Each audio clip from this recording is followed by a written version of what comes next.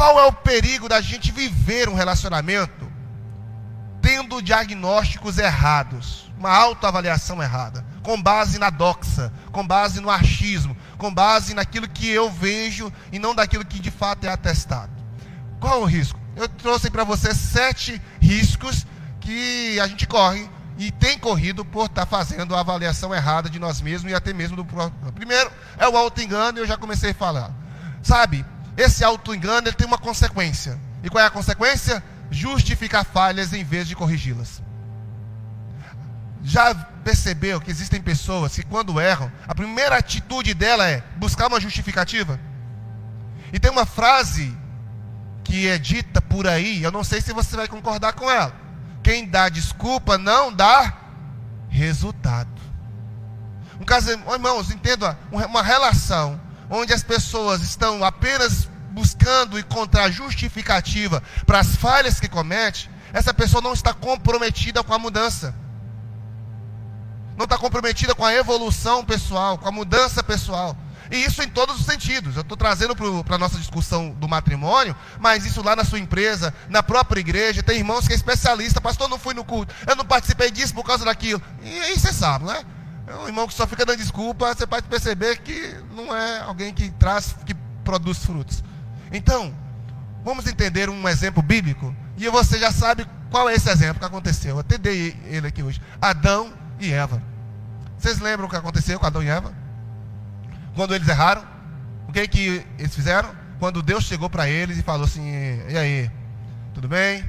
Tudo. Senhor, eu estava nu e fiquei com vergonha e escondi. Deus: ainda, Adão, quem te disse que estava nu? Ah, Senhor, percebe? Foi a mulher. Estava tudo bem, tudo certinho. Estava aqui tranquilão, dando nomes nos animais. O Senhor vai e me inventa de fazer uma mulher para mim. A mulher que o Senhor me deu um fruto, eu comi. Eu não, eu só dei o fruto porque a serpente que me deu. Você percebe que quando a pessoa é especialista em dar desculpa, ela culpa até Deus? Porque Adão culpou, foi Eva. Ele culpou, foi Deus. A mulher que o Senhor me deu. Se o Senhor tivesse deixado eu quietinho aqui, a árvore estava lá no lugar dela, a serpente estava lá no lugar dela, eu estava dando meus nomes aos animais, eu estava tranquilo. Mas o Senhor foi inventar de criar confusão para a gente. Aí Cláudio Duarte, né, tem uma ministração que ele fala, né, que Adão estava lá tranquilo e Deus resolveu, vou bagunçar a vida desse homem um pouco, né? Enfim. Então, muitas vezes nós temos essa especialidade de começar a justificar. Adão e Eva fizeram isso, queridos. Em vez de reconhecer as áreas, o pecado, ó Deus. E aí, gente, falha de Adão. Porque você sabe bem, tem muita gente que tem raiva de Eva. As mulheres quando vai parir, ai, Eva infusada, é por causa dela que eu estou sentindo dor de parto. Você tem que xingar Adão. Porque Deus deu a ordem, foi para Adão e não para Eva. Deus chegou para Adão e falou: não é para comer daquele negócio não. Então quem falhou no negócio foi Adão. Ou ele não estava na hora certa, no lugar certo. Ele poderia estar lá pescando, jogando free fire, não sei o que ele estava fazendo, só sei que ele não estava lá. Irmão, pensa bem, a serpente conversou, ludibriou, deu. Cadê Adão? A mulher, sai disso, o infeliz, você quer acabar com a gente? Não, onde ele estava? E se ele estava do lado, que é pior, se Adão estava ouvindo tudo lá, ele foi omisso, ele não interviu. Ou ele foi negligente por abandono, ou ele foi negligente por omissão. Você parou para pensar isso? E o pior ainda, ele foi negligente por compactuar. Porque o pecado não tinha entrado no mundo quando Eva comeu. Em Romanos 5 diz que por um homem entrou o pecado, e pelo pecado a morte. Isto é, a morte só passou a nós porque o infeliz, em vez de quando a mulher chegou com ele, ô amor, olha que coisa linda, eu trouxe para você. Ele falou: não, então você tirou. Deus nos deu uma ordem, meu amor, e eu não vou comer. Deixa quando eu chegar, nós vamos resolver com ele, mas eu não vou provar disso. Percebeu? Irmão, tem muito macho culpando as mulheres, enquanto o culpado, como nós cantamos no início, o maior vilão sou eu. E eu aqui não estou defendendo as mulheres não, pelo amor de Jesus, é isso. Eu só estou dizendo que o homem tem uma responsabilidade de líder. E tudo que acontece onde ele é líder, a responsabilidade final é dele. Tudo que acontece nessa igreja, tudo que acontecer aqui, a responsabilidade final vai ser quem? Do pastor. Eu posso estar lá em casa, cansado depois de ter passado a noite toda no monte orando pelo infeliz que está aqui aprontando, mas quando chegar e aprontou, quem é o pastor daquela igreja? O homem tem essa responsabilidade, ele é o líder. Só que tem homem que vê que o barco está afundando, ele é o primeiro a pular, né? A não estar atenado. Adão falhou como um homem. Ele não soube lidar com as circunstâncias quando veio. Ele cedeu. Mas enfim, vamos avançar, né? E aí ele começou a culpar a Deus, culpar a mulher. A mulher só seguiu o exemplo. Ele me culpou, vou procurar alguém para culpar também. É justo. Não é assim? É justo. Então, quando nós vivemos um relacionamento onde o homem só está culpando a mulher e a mulher só culpando o homem pela desgraça que está, o que vai acontecer com esse relacionamento? Pode levar a um relacionamento o quê? Tóxico. Irmão, quem consegue viver numa casa onde eu sou culpado de tudo? Já parou para pensar? Eu oro, espero que ninguém viva num negócio desse. Porque se viver, tá na UTI, coitado do relacionamento. Onde eu sou o alvo. E onde nós, irmãos, nós vamos aprender. Eu não vou nem falar porque eu vou antecipar a conversa. Mas tem uma coisa chamada comunicação não violenta, CNV. Nós vamos ter dois encontros só para falar disso. Porque a forma como a gente expressa e comunica, querido, pode determinar o inferno ou o céu dentro da nossa casa. Entende? Então um ambiente tóxico pode trazer, enfim, uma recusa, afastamento emocional, enfim. Precisamos aprender uma coisa. Se é para falar de erro, é nós. Porque que a Bíblia diz? Deixará o homem seu pai, a sua mãe, unirá-se à sua mulher, e serão dois, né, em uma. Isto é, a falha da minha mulher é minha, o acerto dela é meu. Eu sempre falo para os irmãos, nós precisamos ser um nesse sentido. Não adianta, a conquista é nossa e o BO é seu que você fez. Não, nós somos um, acabou. Quando é um, o acerto e o erro é nosso. Então vai falar alguma coisa? Nós erramos, nós acertamos. Não é você errou, ou é por causa de você. Não, e nem é por causa de nós. Nós precisamos melhorar. Irmãos, eu posso falar uma coisa, e eu vou falar isso aqui, gente, porque eu vi isso acontecer diante dos olhos que vocês estão vendo aqui. Uma das coisas que fez nosso casamento estar bem hoje foi a forma com que eu parei de ficar falando, amor, mas você é isso. Eu tive que. Aí eu, cara, não é você, é nós. Nós. E eu comecei a me colocar na situação. Ela começou a se colocar na situação quando era em relação a mim. E isso muda, querido.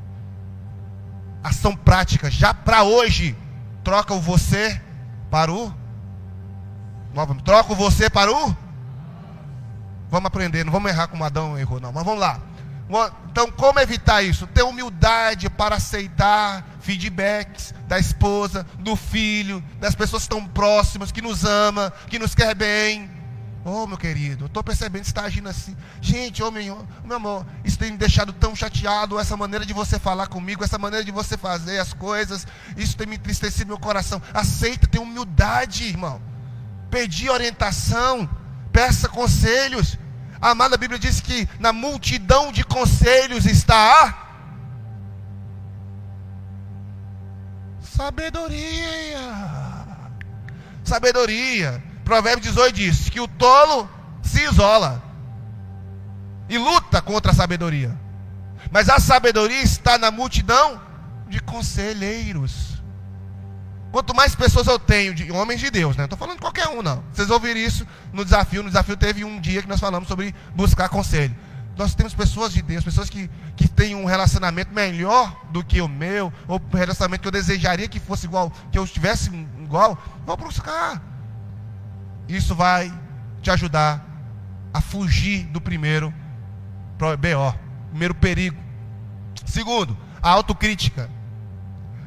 Se tem aquele que se auto-engana, que tende a não ver seus defeitos, tem aqueles que vê defeito demais nele. Você já conviveu com pessoa que se vê tão ruim, se vê tão tão abaixo da média, tão cheia de defeitos, que não consegue ter autoconfiança suficiente para agir. É isso. É essa autocrítica. E quem fez, nós fizemos um seminário ano passado sobre os sabotadores, não é isso? Inteligência positiva. E eu disse aqui sobre 10 sabotadores que geralmente acontecem com a gente, né? O maior deles, qual é o chefão dos sabotadores? O crítico. Ele é o vigarista dos sabotadores. Vocês estavam aqui, vocês lembram? Então o que acontece? Essa autocrítica, inclusive na ferramenta que nós fizemos na época, tem 3 medidores do crítico. E se o seu autocrítico está muito grande, querido, você trava. Porque você vai ter medo. Por exemplo, uma das coisas, você tem medo de falar em público, você tem medo de tomar decisão sozinho. Porque para você, a sua decisão, ela sempre vai estar errada. E está tudo bem, querido. Porque isso, você só se tornou assim, porque te condicionaram ao longo do tempo a ser assim. Toda vez que você ia ter uma atitude, talvez por si mesmo, alguém te bloqueou. Ou era o pai, ou era a mãe, ou era o cônjuge. E você não foi, ao longo do tempo, você não foi construindo autoconfiança suficiente para agir por si mesmo. E esse é o segundo perigo, querido. A autocrítica é elevada. E isso prejudica demais quando você está diante dessa situação. Algumas pessoas, ao se avaliar, eu percebo isso na avaliação, na análise comportamental. Quando a nota é para ela só coloca lá embaixo. Por que, gente? Está ali. Porque a pessoa não se vê no nível que verdadeiramente ela... E aí é um problema. Né? Então isso gera o quê? Baixa autoestima. Pessoa que não tem autoestima elevada, que não consegue, insegurança. Tem muita gente que tem medo de falar em público porque ela tem medo do julgamento do outro. E isso é o quê? Baixa autoestima. Esse é o segundo perigo, mas vamos adiantar. Né? Então como resolver isso? Substituir essa autocrítica. Começa a fazer realmente uma análise sincera. Começa a ouvir mais os feedbacks. Porque tem muita gente falando, não, fulano, você não é assim não. Você tem assim. Quantos aqui já ouviu vários elogios de alguma área e falou assim, mas será que eu sou assim mesmo? Como as pessoas estão achando que eu sou? Fulano, mas você fala tão bem. Será que eu falo tão bem assim? Fulano, você canta tão bem. Será que eu canto tão bem assim? Quem aqui já teve essa experiência? Irmãos, às vezes a gente não tem essa percepção. Em nome de Jesus, Deus vai te libertar desse trem hoje, amém, irmão? Você falou para Jesus por isso aí? Eu creio que Deus vai libertar muita gente dessa autocrítica do inferno, meu irmão. Amém. Começar a ver as coisas, começar a ver de fato o que Deus tem para fazer através de você. Terceiro, falsa expectativa. E aqui uma palavra voltada para aqueles que vão casar. Aqueles. É achar que já sabe de tudo. É achar que já chegou lá. Tem muito disso. Não, já tô no nível tal que eu não preciso. Irmãos, é essa falsa expectativa de si mesmo e do outro. Quando você casa com alguém e você constrói, eu falo sempre do contrato psicológico, né? Quando você vai casar, você assina lá um contrato, né? Você recebe uma certidão lá, o casamento, né? A parte civil é um contrato ali. Mas além daquele contrato, aquele contrato não tem todas as cláusulas. Não tem. Quando você está namorando com uma pessoa, você não conhece ela por completo. Ou você conhecia seu marido, tudo dele, no namoro, não conhecia. E nem ele te conhecia como esposa. Então o que é que o nosso cérebro produz para preencher as lacunas que eu não conheço? A expectativa. Se eu estou relacionando com alguém e eu não sei como esse alguém trata a mãe, por exemplo, porque é um bom sinal, gente. Como trata a mãe, como trata o pai, pode determinar a forma como pode tratar você. Como se relaciona com você. E eu não tenho essa informação. A menina não tem, ou o marido não tem. O que ela vai buscar quando alguém perguntar como que ele é com o pai? Eu não sei não, ainda não fui, não conheço, mas eu acho que é gente boa, porque ele me trata tão bem. O que ela acabou de fazer? Um contrato psicológico. Há uma informação que ela não tem, mas ela construiu algo para colocar no meio com base na expectativa que ela criou. Quem é casado sabe que no primeiro ano de casamento, todo esse contrato psicológico cai como as muralhas de Jericó. Porque você acorda e fala, esse não é o homem que eu casei. Não é a mulher que eu casei. Não era assim não. Eu ouço direto isso, irmãos. Não, que é isso? Eu não era assim não, pastor. Esse homem depois que casou virou isso. Não, desculpa. Só que você construiu um contrato psicológico para colocar no lugar as informações que você não tinha. E é por isso que quanto maior e mais cláusulas tiver, maior será a frustração. E é por isso, irmãos, que eu já tive que lidar com um casamento que estava com 6 meses de casado e já estava divorciando. E teve uns que eu não consegui. Infelizmente, já tive que assistir casais com menos de 1 ano de casado se divorciar. Por causa do maldito contrato psicológico. E isso não acontece apenas com quem é recém-casado. Tem muitos de nós que conseguem superar, mas eu quero fazer uma pergunta. Quantos de você já não se pegou pensando assim: ah, se meu marido fosse mais assim? Ah, se minha esposa fosse mais assim? Quantos de você já não sentiu falta de uma característica no cônjuge que você jurava que ele tinha, mas depois descobriu que não tem? Tá aí. E quando você cria essa falsa expectativa, né? Os solteiros acontece isso, casados a projetar, eu não vou ler isso aí não, mas você já leu aí com certeza. Como resolver isso? Como evitar? Primeira coisa, querido, em vez de buscar a pessoa perfeita, precisa fazer o quê? Buscar a pessoa certa. O que tem que fazer? Os casais devem ter conversas francas. Irmãos, uma coisa que um casal, que hoje o namoro está muito em beija-boca e essas coisas todas, mas graças a Deus, os namoros de crente, pessoa serva de Deus, vai seguir outro caminho. Né, meninas? Meninos? É isso aí. Namoro não é para beijar. Para falar a verdade, sim, eu beijei no meu namoro. Tá? Eu tenho que falar, eu beijei no meu namoro. A minha esposa, por várias vezes. Mas eu hoje não beijaria. Eu gastaria o tempo de beijo com o tempo de diálogo. E a sabedoria me ensina de que é melhor aprender com as falhas do outro do que querer aprender com as nossas próprias falhas. Você quer beijar? Beija. Eu não estou aqui mandando ninguém parar de beijar. Mas o que eu quero falar para você é que você vai ter um casamento melhor se você trocar o tempo de beijo para o tempo de conversa franca, de diálogo. E isso vale para os novinhos, como vale para aqueles que já foram casados uma vez, enfim, e está à procura de um novo amor. Você já sabe o suficiente que precisa passar mais tempo conversando antes, para não brigar mais depois. Então, em vez de buscar a pessoa perfeita, gente, buscar a pessoa certa, porque ela nunca vai acontecer. Busque uma pessoa na qual você vai ter uma conversa aberta, franca, onde ela vai abrir a mochila, a bagagem, vai falar tudo que ela já fez na vida. Você também vai ficar: pastor, mas eu vou falar tudo da minha vida para uma pessoa que eu estou conhecendo. Sim! E ela vai ter que falar, porque aí é onde vocês vão poder falar assim: bom, isso aí não serve para mim, vida que segue. O problema é a tal da paixão. Está todo mundo apaixonado, com os olhinhos cheios de coraçãozinho, e não vê diante dos olhos está acontecendo. Amém? Vamos lá.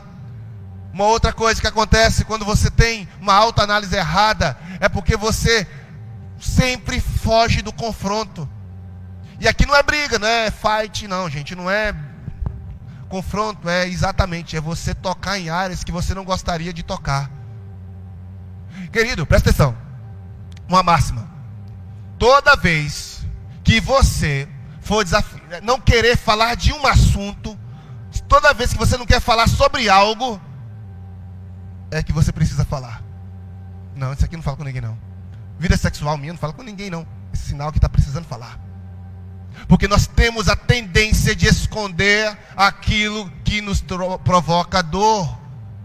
Aquilo que a gente quer esconder das pessoas, aquilo que de fato são os nossos gargalos, as nossas dificuldades. Tem pessoas aqui entre nós que têm dificuldade com pornografia e não falou ainda com ninguém, nem com a própria esposa, nem com o próprio marido. Sim, querido. Tem pessoas entre nós que têm dificuldade com a mentira, conversa demais. Não estou julgando não, gente, estou só supondo. Vai que tem, se não tiver, amém, glória a Deus. Mas o fato é que, se você não estiver pronto, tudo bem, mas você precisa começar a trabalhar para ter essa conversa franca. Não fica fugindo do confronto, querido. Não fica saindo pela tangente, fugir de problemas que precisam ser resolvidos. Não. Isso é um problema de quem não sabe fazer essa autoavaliação correta. Tá? Em vez de ficar escondendo, lembra, não há nada oculto que não há de ser revelado. Uma hora vai ser exposto. Então é melhor você sentar logo e conversar, ser franco e aberto, do que deixar esse negócio vir numa má hora e de uma maneira errada. Porque se você não senta para falar da maneira certa, o assunto surge da maneira errada. Já passaram por isso?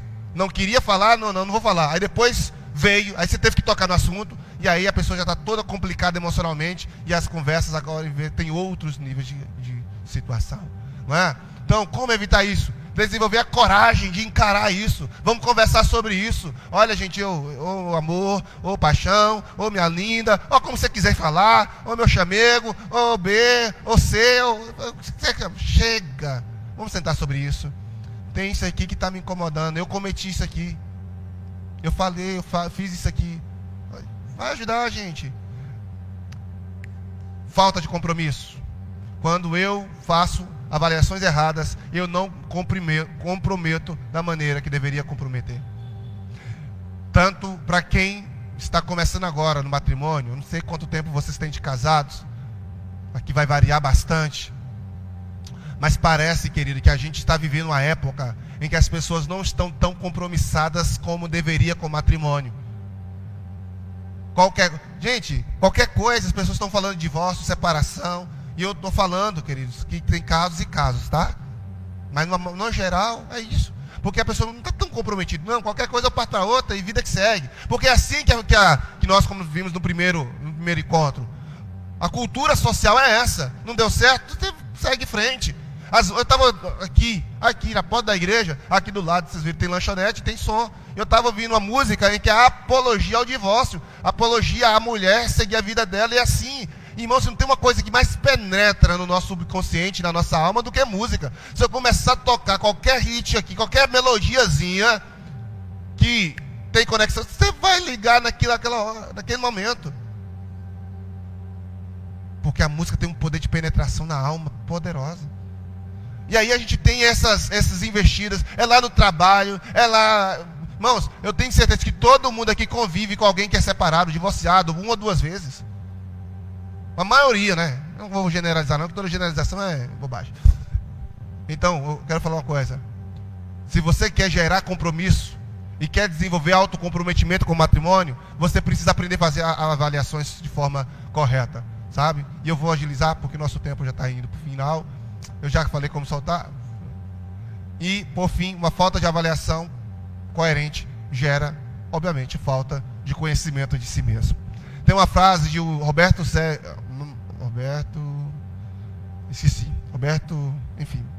Marx, o final do nome é Marcos. Ele diz: quanto mais eu me conheço, mais eu me curo. Sabe?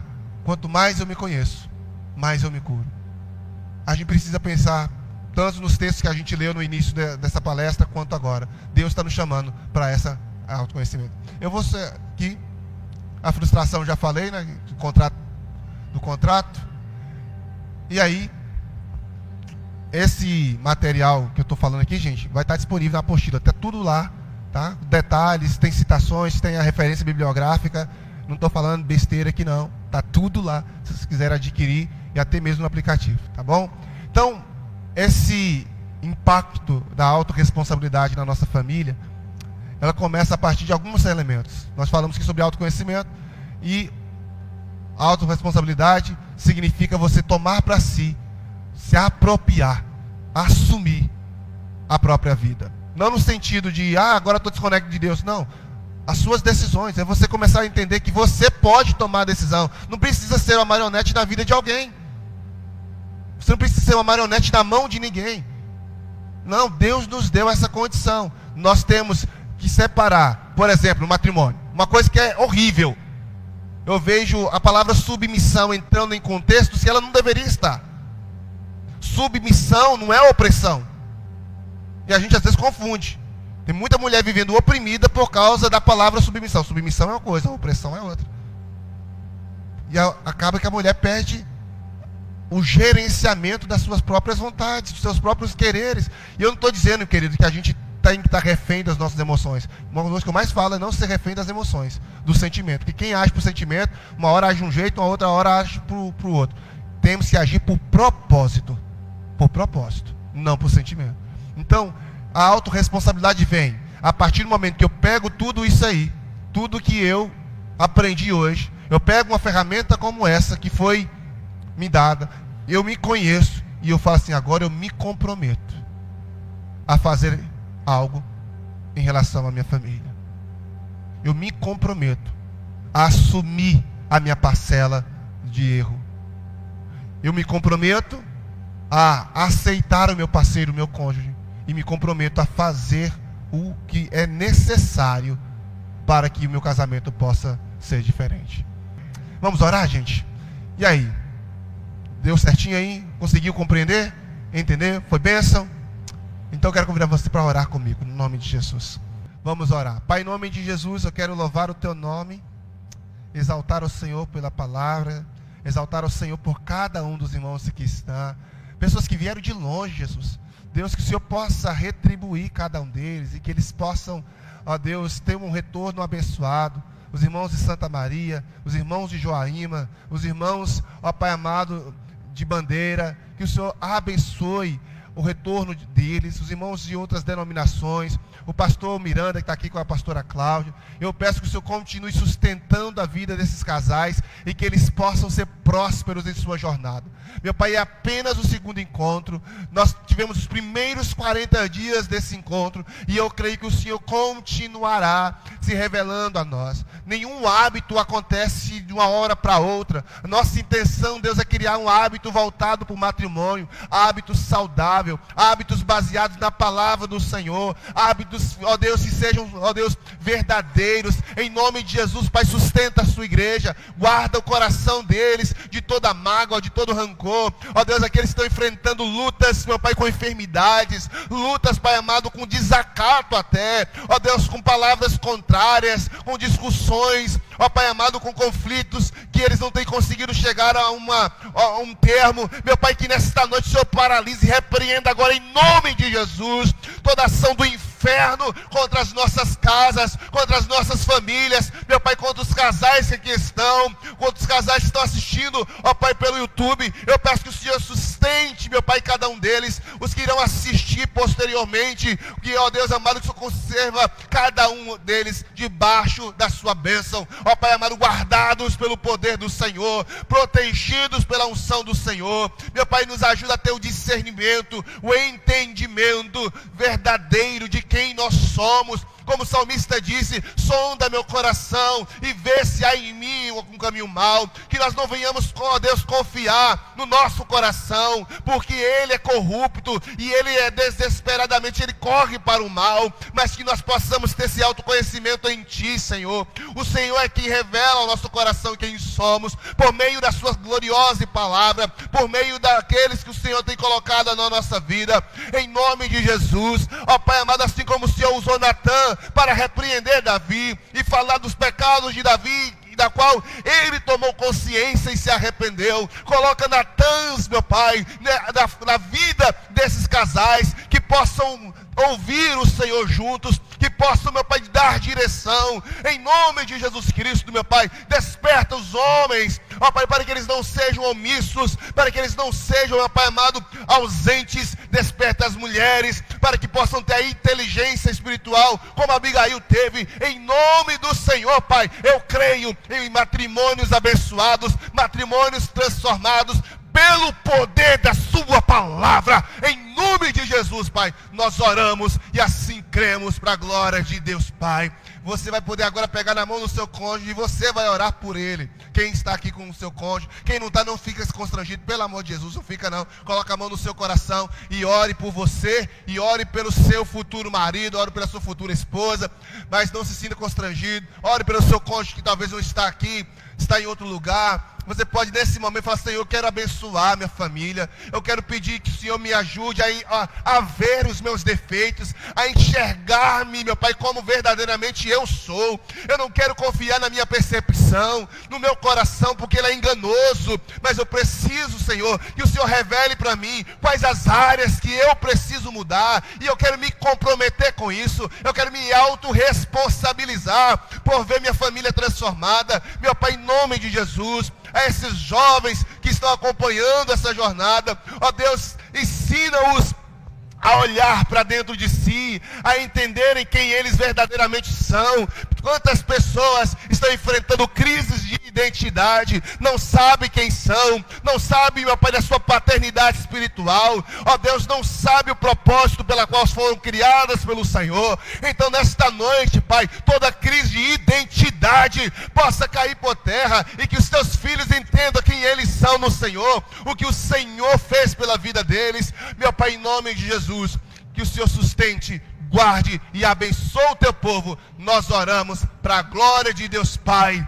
Amém e amém. Deus os abençoe. Vão em paz no nome de Jesus. Amém. Vamos aplaudir o Senhor. Dê um abraço aí no seu cônjuge, na sua família. Vai lá, dá um abraço forte aí, você que pode, você que tem. E quem não tem, olha como que tem que fazer. Cuidar com carinho. Tá bom, queridos? Deus abençoe sua vida. E o nosso próximo encontro eu vou postar amanhã no nosso aplicativo. Aguarda aí para vocês lancharem em nome de Jesus. Na paz.